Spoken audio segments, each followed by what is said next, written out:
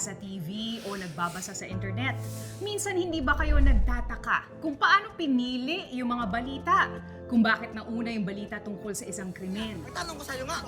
Tapos biglang sinunda dito ng showbiz news tulad ng pagpapalit ng pangalan ni Liza Soberano.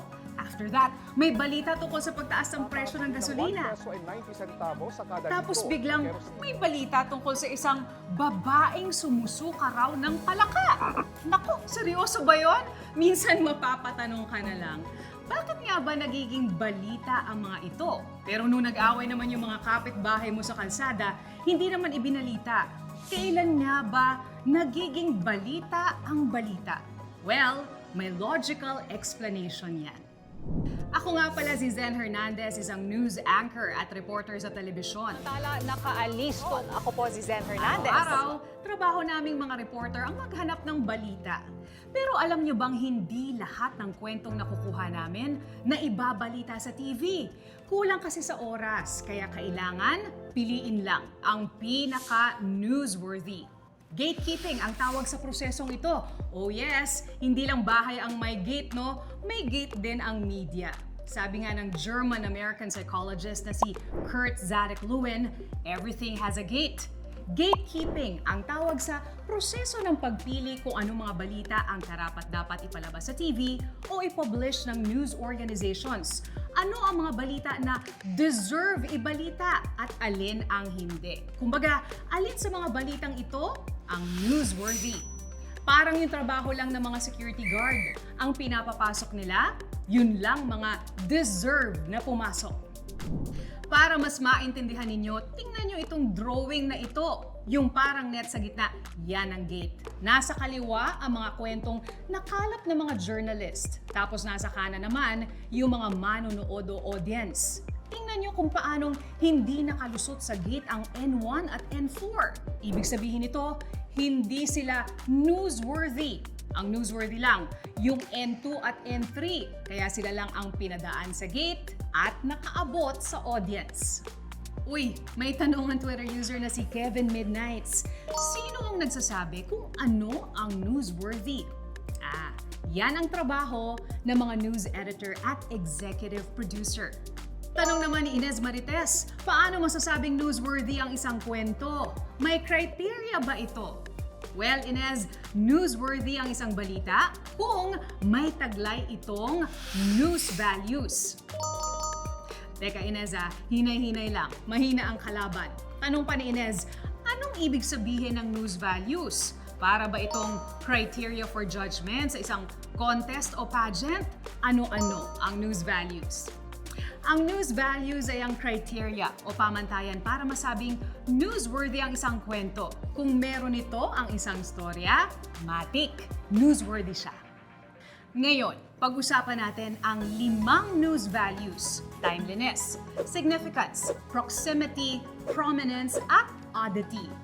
Una, timeliness o napapanahon. Ito yung mga pinaka-latest na nangyayari sa ating paligid.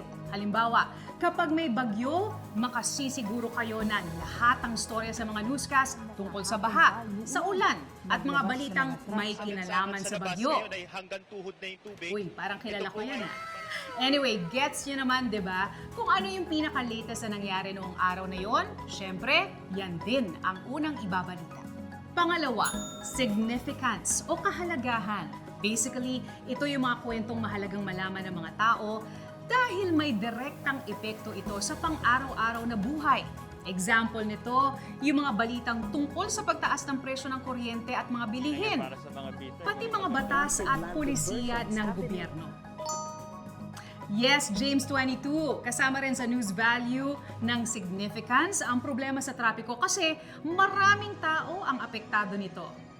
Pangatlo, proximity.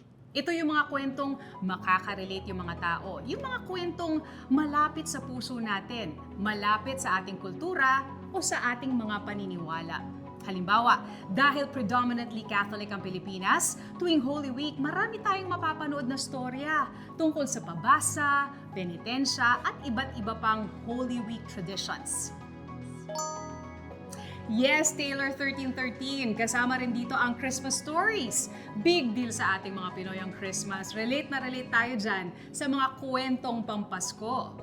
Sa news value of proximity rin papasok yung mga balitang ibinabalita sa mga regional channels ng TV Patrol noon. Mapapansin ninyo na yung mga balita sa Luzon, halimbawa, minsan iba sa mga balita sa Visayas o sa Mindanao. Siyempre, mas malapit sa puso mo yung mga kwento na malapit sa lugar kung saan ka nakatira. Proximity rin ang dahilan sa mga balitang malapit sa ating pagiging Pilipino. Kaya naman, newsworthy agad kapag may nanalong Pilipino sa ibang bansa o kapag may mga issue sa abroad na apektado ang mga OFW. Pang-apat, prominence o kasikatan. Ito yung kwento tungkol sa mga sikat na tao, mga politiko, mga artista, social media influencers, basta yung mga sikat. Dito papasok yung mga bagong pelikula o programa ng mga artista, mga naghiwalay o bagong magjowa, ultimo OOTD ng mga sikat, nagiging balita na rin. Oh yes, pati yung mga scandal at viral video ng mga artista at politiko, kasama rin dito. Ikalima at ang panghuling news value, oddity. Ito yung mga storya na pambihira at kakaiba, out of the ordinary. Kumbaga, may mga tabloid o dyaryo na ganyan ang kadalasang balita. Ito rin yung kadalasang mapapanood sa mga TV magazine shows tulad ng KMJS at Rated Corina.